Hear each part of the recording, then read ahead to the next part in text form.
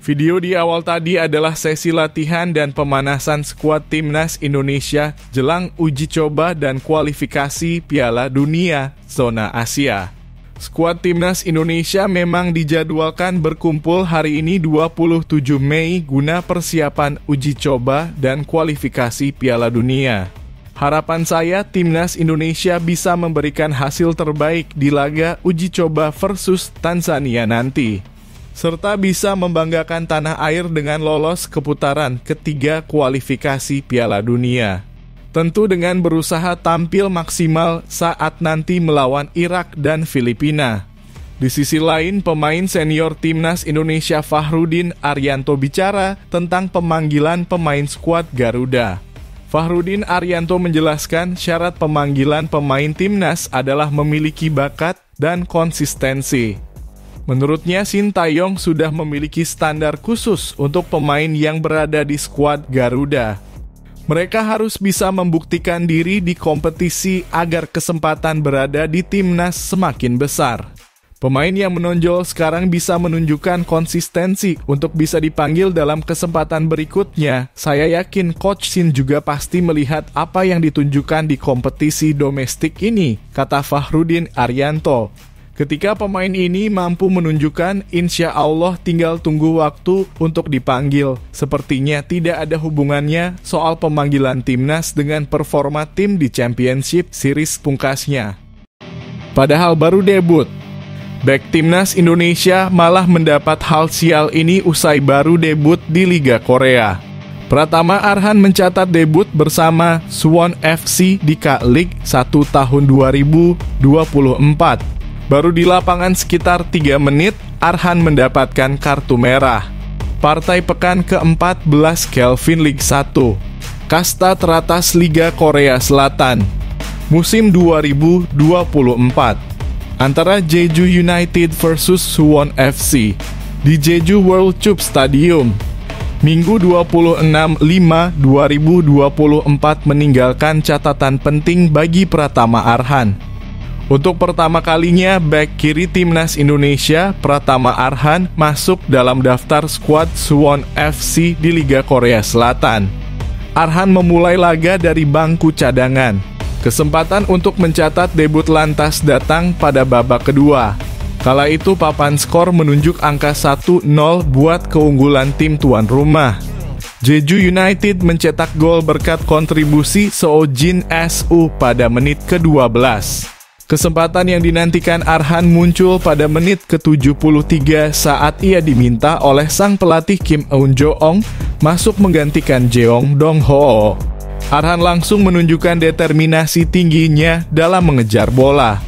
Ia memburu si kulit bulat sampai ke area pertahanan Jeju United. Pemain asli Blora itu lalu terlibat kontak dengan pemain Jeju United, Rim Chang-woo. Ganjalan kaki kiri Arhan membuat Rim Chang-woo berguling. Wasit pun meniup peluit tanda pelanggaran. Namun setelah berkonsultasi dengan VAR Video Assistant Referee, sang pengadil kemudian menilai bahwa itu bukan pelanggaran biasa. Wasit Kim Woo-sang pun memberi Arhan kartu merah pada menit ke-76. Artinya, sang ex-bek PSIS itu hanya menginjakkan kaki di lapangan rumput Jeju World Cup Stadium selama lebih kurang 3 menit. Bek tim nasional Indonesia Arhan menjalani debut yang seperti mimpi buruk, tulis media Korea Selatan, Chosun. Seluruh fan Indonesia yang mendukung pun ikut kaget, tulis Chosun lagi soal Arhan yang mengenakan nomor punggung 23 Suwon FC.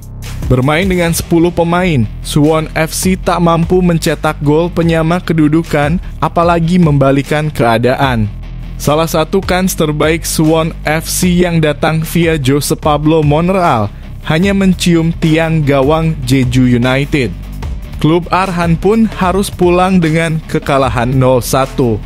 Nova Arianto membawa timnas U16 Indonesia meraih kemenangan telak atas PSS Sleman U16.